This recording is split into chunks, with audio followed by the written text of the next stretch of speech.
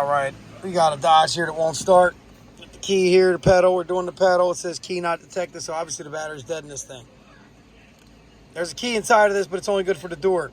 Anyway, about to give you the trick of the world. Won't start. You see me on the pedal? You see me pushing the start button? This is key not detected. All right, here's the magic trick, and there's nothing spectacular what I'm about to do. Take the key fob, touch the start button, push it in. That's right, the car just started. The car just started. Like this has some crazy sensor in it. Again.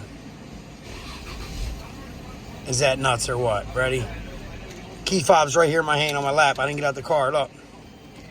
Nothing. You love me. You totally love me.